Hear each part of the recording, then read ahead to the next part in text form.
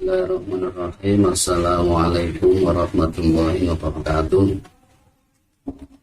Materi selanjutnya adalah peristiwa-peristiwa yang terjadi setelah Nabi Muhammad hijrah ke Yastrib atau ke Madinah. Anak-anak sekalian, setelah Nabi Muhammad hijrah ke kota Yastrib, mulailah kehidupan baru bersama kaum muslim, kaum muhajirin ya, orang muslim Makkah yang ikut hijrah ke Madinah, membangun masyarakat baru, jadi istilahnya civil society yang ideal dalam tatanan masyarakat Islam. Anak sekalian, ada beberapa peristiwa penting setelah Nabi Muhammad hijrah ke Yastrib ya. Jadi sekitar 2-3 tahun. Jadi saya kira belum begitu lama sebenarnya. Ternyata setelah Nabi Muhammad pindah ke Yastrib ke kota Madinah, mulai membangun masyarakat baru, orang-orang kafir Quraisy yang di Makkah itu ya, ternyata menyimpan dendam yang masih sangat besar ya, ingin menghancurkan atau enggak rela, intinya mereka enggak rela kalau umat Islam itu jaya atau hidup di bumi ini. Jadi mereka dendam. Jadi nanti kita akan tahu bahwa ada perang besar ya yang terjadi antara umat Islam di bawah pimpinan langsung Nabi Muhammad melawan orang-orang kafir Quraisy dari Mekah itu. Jadi musuh ngejak perang itu ya. Jadi yang pertama kita akan mempelajari tentang sejarah perang Badar.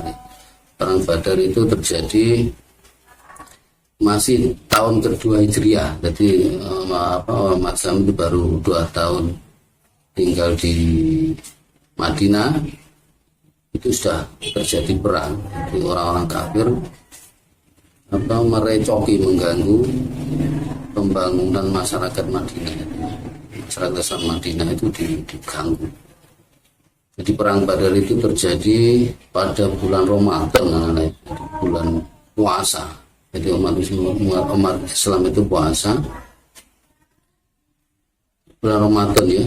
Jadi pertengahan bulan Ramadan, pada tanggal 17 itu ya, insya Allah. Bersejarah itu kenapa disebut perang Badar, karena terjadi di lembah Badar ya. Lembah Badar ini semacam dataran rendah lah ya, di antara kota Makkah dan Madinah. Terjadilah perang di sana. Di perang ini ya, umat Islam, pasukan muslim itu hanya 313 orang ya. Jadi tidak banyak ya, kalau dibandingkan dengan musuh yang datang dari Makkah itu jumlahnya 1000. Jadi hanya 1/3 saja ya. Nabi Muhammad ketika itu sebenarnya ya secara akal kan ada kekhawatiran ya. Jadi sedikit pasukan melawan pasukan yang 2 atau 3 kali lebih banyak kan. Nah, di sanalah nanti Nabi Muhammad melakukan istighosah ya, yaitu latar belakang sejarah istighosah itu nanti di perang Badar itu. Jadi Nabi Muhammad benar-benar minta pertolongan kepada Allah Subhanahu wa taala, dan akhirnya betul ya, terkabul. Nanti Allah mengirimkan bala bantuan tentara ya, dari malaikat ya, jadi berupa malaikat. Tentunya itu malaikat datang membantu perangnya, nanti akhirnya menang gitu ya. Ini di balik atau di dalam sejarah perang Badar ini juga ada peristiwa ini penting, atau matinya Abu Lahab itu. Jadi musuh muslim kafir Quraisy yang sangat menentang Nabi, pamannya Nabi sebenarnya ini Abu Lahab, itu mati ketika perang Badar ini. Sebenarnya Abu Lahab sendiri itu nggak ikut perang ya, cuma matinya itu ketika peristiwa ini di sekitar peristiwa perang Badar ini. Jadi Abu Lahab nggak ikut perang, ceritanya ya. Kemudian karena ketika perang itu orang-orang kafir Quraisy kalah ya, karena dapat bantuan malaikat ya, malaikat bantuan dari Allah itu buyar lah intinya ya, kalang kabut pulang kembali ke Mekah orang-orang kafir itu. Kemudian seorang Abu Lahab itu menanti berita ya, menanti berita. Nah, di sana ada yang namanya Ummu Fadl. Ummu Fadl itu nama aslinya Lubabah. Lubabah itu bibinya Nabi Muhammad. Karena apa? Karena Ummu Fadl itu menjadi istri dari Abbas ya, Abbas bin Abdul Muthalib, jadi pamannya Nabi. Jadi otomatis bibinya Nabi Ummu Fadl. Ummu Fadl seorang perempuan. Ketika suatu saat duduk-duduk itu ya bersama seorang mantan budak ya, mantan yang sudah merdeka namanya Abu Rafi. Nah, tiba-tiba ya ketika ngomong-ngomong duduk bersama itu tiba-tiba Abu Lahab datang ya menghampiri menanyakan apa hasil perang itu ya. Nah, ketika itu Abu Rafi mengatakan, wah cerita lah ya gampangannya, gampangnya cerita, wah ada pasukan berkuda nggak kelihatan kakinya, menghajar kami habis menghajar orang-orang kafir habis-habisan. Itulah ya, dengan cerita itu Abu Lahab ternyata marah besar ya, marah besar, emosi ya. Jadi yang namanya Abu Rabi pegang di lehernya dipukul langsung itu sama Abu Lahab. Ya, melihat penindasan seperti itu ya, ada yang nggak tega, nggak apa istilah orang Jawa, nggak mentolo. Yang namanya Ummu Fadl di sampingnya itu nggak mentolo. Nah, spontan saja dia mengambil tiang dari batu atau ya, itu dipukulkan ke kepalanya Abu Lahab. Langsung Abu Lahab jatuh lah ya, mungkin kesakitan ya, bocor atau bagaimana dia.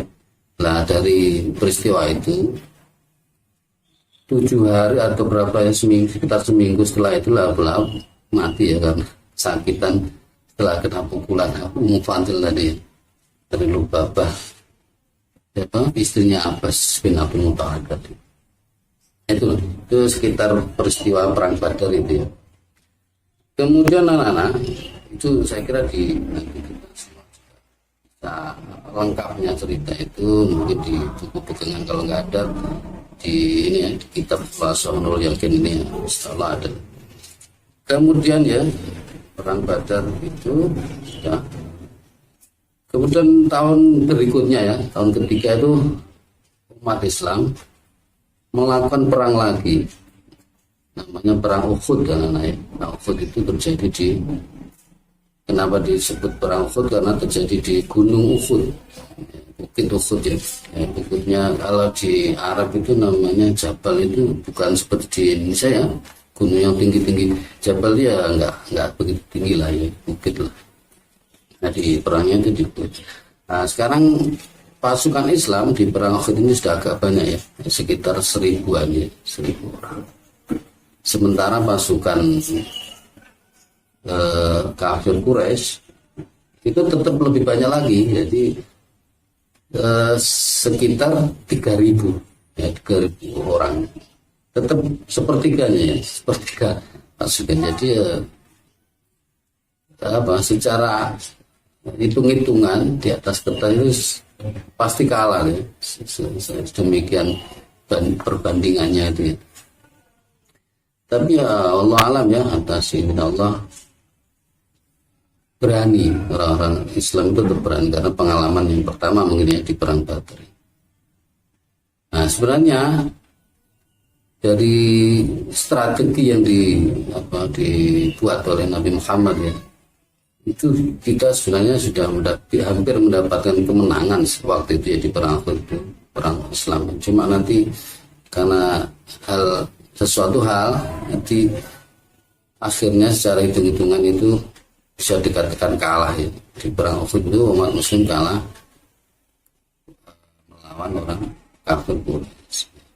Jadi kalahnya begini ya ceritanya. Nabi Muhammad pasukannya 1000 itu ya,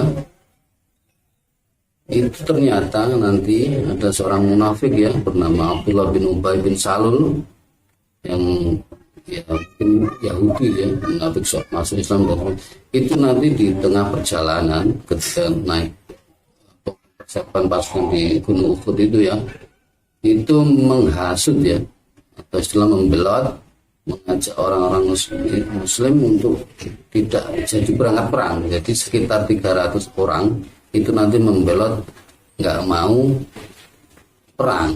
Intinya ya. Jadi hanya dari 1000 tadi pasukan, otomatis tinggal 700 orang saja ya pasukan muslim. Sementara pasukan mereka tetap utuh berapa? 3000 ya. 700 melawan 3000. Wah, ini lebih berat lagi. Sebenarnya tadi saya sudah sampaikan ya, strateginya Nabi Muhammad itu sudah sangat brilian ya, sangat bagus. Dan Nabi Muhammad itu nanti membuat pasukan pemanah itu sekitar 50 orang ditaruh di atas bukit ya. Dan dipesani ya, nanti kalau sebelum ini ya, intinya jangan cepet-cepet turun lah ya, sebelum benar-benar misalnya ada perintah dari Nabi Muhammad ya. Tapi ya ketika perang terjadi sudah kemenangan hampir di tangan itu ya, korat kali ya, pasukan kocar kacir pasukan kafir Quraisy itu kena panah itu ya. Loh, ini ya lari ya, mundur pasukan kafir. Nah, itulah nanti orang-orang muslim yang para pemanah itu lupa terhadap pesan Nabi ya. Jadi para pemanah itu turun karena melihat banyak sekali ghanimah ya, harta rampasan perang itu yang ditinggal oleh pasukan kafir. Jadi mungkin ada senjata-senjata atau bahan makanan dan sebagainya ditinggal ya, itu sampai pengen dan ngambil itu ya, itu turun pasukan. Lah ada yang tahu, jadi pasukan kafir ada yang tahu bahwa pasukan para pemanah sudah turun.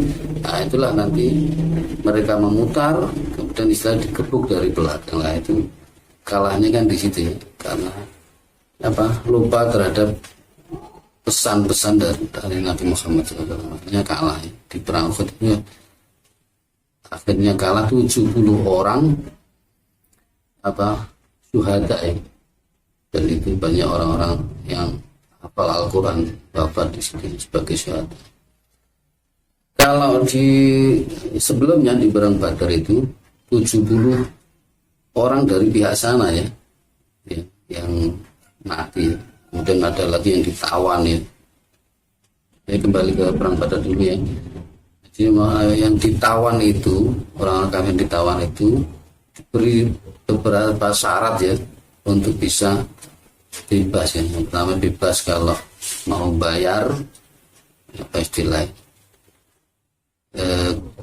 tebusan lah ya. Yang kedua bisa bebas kalau masuk Islam ya. Yang ketiga boleh bebas kalau mau mengajar orang Madinah, setiap satu orang 10 orang Madinah mengajar baca tulis sampai bisa. Nah ini sebenarnya sangat ini ya, inisiatif atau ide Nabi Muhammad yang sangat brilian ya, sangat cerdas untuk memajukan atau membuat orang-orang Madinah pintar ya. Sekarang perang Uhud sudah ya kira. Kemudian yang ketiga perang Khandaq kan ya. Perang Khandaq ini perang yang terjadi di tahun ke-5 Hijriah. Dari perang Badar tahun kedua, perang Uhud tahun ketiga, ini sekarang tahun ke-5 ya, perang Khandaq. Khandaq itu artinya parit ya. Kenapa disebut perang Khandaq? Karena di situ nanti ya ada seorang sahabat yang mengusulkan parit, membuat supaya Nabi Muhammad dan kaum muslim membuat parit di jalan masuk kota Madinah. Sehingga apa tujuannya? Supaya orang kafir yang waktu itu bersekutu dengan pasukan Yahudi ya.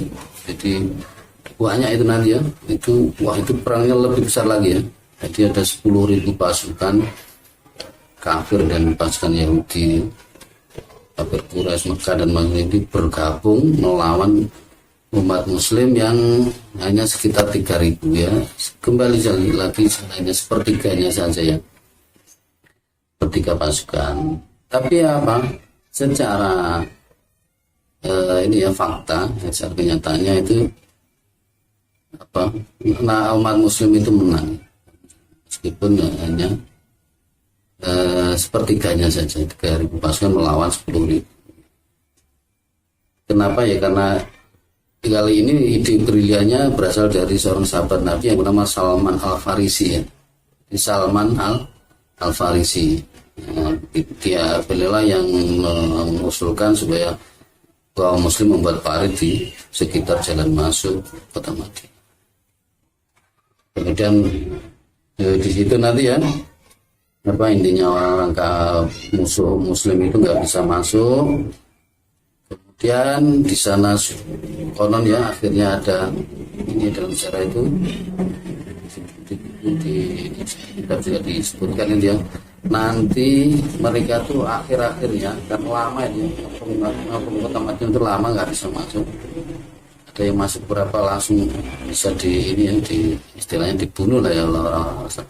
Itu nanti di akhirnya itu mereka itu saling perang ya, berkelahi antar itu ya, antar mereka sendiri itu. Akhirnya Allah menurunkan angin yang mungkin angin badai angin inilah yang sanggup memporak-porandakan pasukan mereka. Akhirnya ketakutan ya, mereka itu pulang kembali ke tempatnya semula ya. Itulah anak-anak sekalian peristiwa yang terjadi, peperangan yang terjadi sebelum atau setelah Nabi Muhammad hijrah ya. Saya kira itu dulu anak-anak. Barangkali nanti kita akan sambung ke sesi berikutnya. Dan ini ya, saya kira lengkapnya bisa dibaca sendiri, materi itu di buku dan di kitab yang kalian miliki ya. Demikian, akhirul kalam. Assalamualaikum warahmatullahi wabarakatuh.